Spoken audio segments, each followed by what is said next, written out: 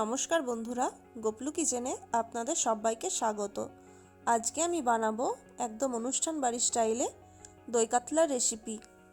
এই রেসিপিটা একবার কাউকে বানিয়ে খাওয়ালে সে আপনার প্রশংসা করতে বাধ্য হবে। তাহলে চলুন বন্ধুরা, দেখে নেওয়া যাক আজকের এই দারুণ স্বাদের দই কাতলার রেসিপিটা। দই কাতলা বানানোর জন্য আমি এখানে 4 পিস কাতলা মাছ নিয়েছি, যার মধ্যে 3টে গাদার পিস এবং একটি পেটির পিস। এবার এর মধ্যে 1/4 টিস্পুন লবণ মাখিয়ে দেব। ওর সাথে 1 টিস্পুন সর্ষের তেল দিয়ে দেব। এবার তেল আর লবণটা দিয়ে মাছটা ভালো করে ম্যারিনেট করে নেব। আমি কিন্তু এখানে একদমই হলুদ ব্যবহার করিনি, দই কাতলাতে হলুদ দেওয়া চলে না। মাছগুলো ম্যারিনেট করে এবার আমি 15 মিনিট রেখে দেব। এদিকে 2টো মিডিয়াম সাইজের পেঁয়াজ নিয়েছি আর নিয়েছি 6টা কাঁচা লঙ্কা,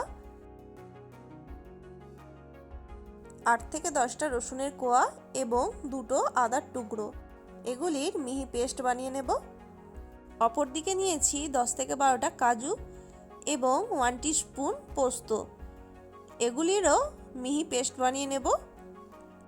পেঁয়াজগুলো বাটার আগে এরকম ছোট ছোট করে টুকরো করে নিচ্ছি, যাতে পেঁয়াজটা বাটতে সুবিধে হয়।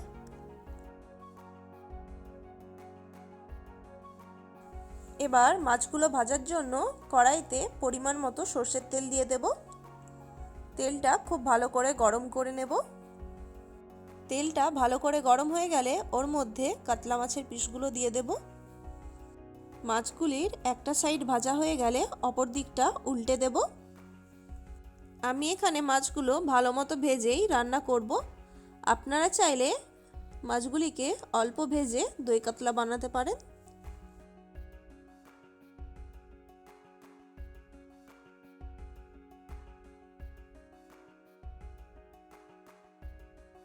মাছগুলি ভাজা হয়ে গেলে এবার এগুলিকে তেল থেকে ছেঁকে তুলে নেব।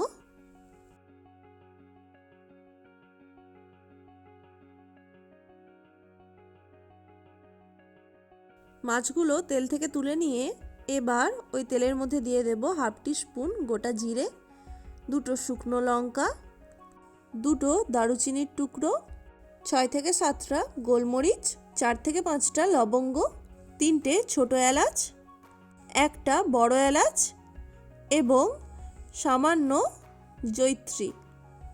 এবার এই গোটা মশলাগুলোকে 10 থেকে 15 সেকেন্ড ভেজে নেব।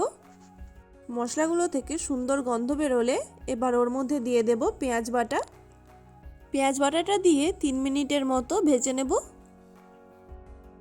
এবার পেঁয়াজের কালারটা চেঞ্জ হয়ে আসলে ওর মধ্যে দিয়ে দেব 1/2 টিস্পুন লবণ। লবণটা দিয়ে মশলার সাথে ভালো করে মিশিয়ে নেব।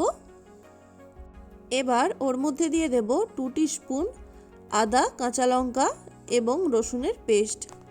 এবার সমস্ত মশলাকে ভালো করে নেড়েচেড়ে নেব। আদা রসুনের কাঁচা গন্ধ চলে গেলে ওর মধ্যে দিয়ে দেব 1/2 টিস্পুন জিরে গুঁড়ো, 1/2 টিস্পুন ধনে গুঁড়ো। সমস্ত কিছু ভালো করে কষিয়ে নিচ্ছি। মশলাগুলো ভালো করে কষানো হয়ে গেলে এবার ওর মধ্যে কাজু আর পোস্ত বাটা দিয়ে দেব। ওরই সাথে সামান্য একটু জল দিয়ে কাজু আর পোস্ত বাটাটা সমস্ত মশলার সাথে ভালো করে নেড়েচেড়ে নিচ্ছি। কাজুর যেহেতু একটা কাঁচা গন্ধ থাকে, তাই 2 মিনিটের মতো মশলার সাথে কষিয়ে নিতে হবে। এবার মশলা থেকে তেল ছাড়তে শুরু করলে ওর মধ্যে এবার দিয়ে দেব ফেটিয়ে রাখা টক দই। আমি এখানে 50 গ্রামের মতো টক দই দিলাম। গ্যাসের ফ্লেমটা লো টু মিডিয়ামে রেখে দইটা দেওয়ার সাথে সাথেই সমস্ত মশলার সাথে দইটা মিশিয়ে নিতে হবে, না হলে দইটা কেটে যেতে পারে। এবার দইটা মেশানো হয়ে গেলে ওর মধ্যে সামান্য একটু জল দিয়ে দেব।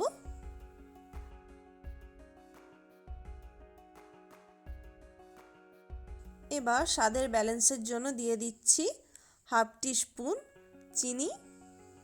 এখানে চিনিটা দিলে দই কাতলার স্বাদটা সব দিক থেকেই পারফেক্ট হবে।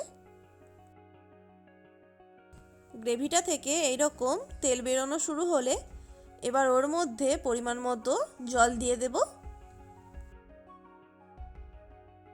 জল দিয়ে ভালো করে সমস্ত কিছু মিশিয়ে নেব।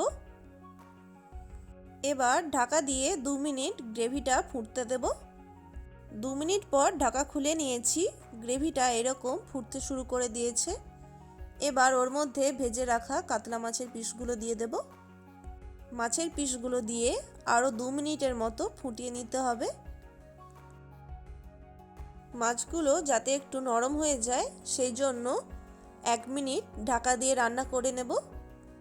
1 মিনিট পর ঢাকা খুলে নিচ্ছি। দেখুন গ্রেভির ওপর থেকে এরকম তেল আলাদা হয়ে গেলে বুঝতে হবে যে দই কাতলাটা একদম তৈরি।